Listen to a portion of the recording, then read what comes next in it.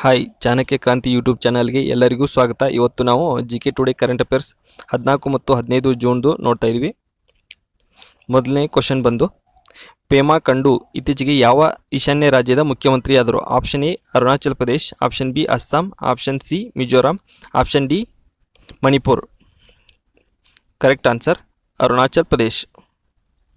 ಎರಡನೇ ಕ್ವಶನ್, 2025ರಲ್ಲಿ ಪುರುಷರ junior hockey ವಿಶ್ವಕಪ್ ಅನ್ನು ಯಾವ ದೇಶವು ಆಯೋಜಿಸುತ್ತದೆ? Option A Germany, option B France, option C Bharat, option D Malaysia. Correct answer Bharat.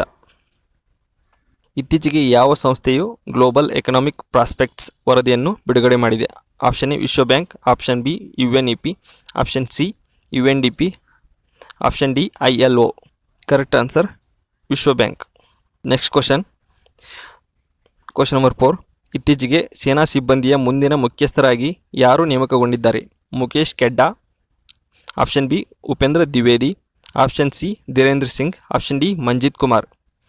Correct answer Upendra Dwivedi.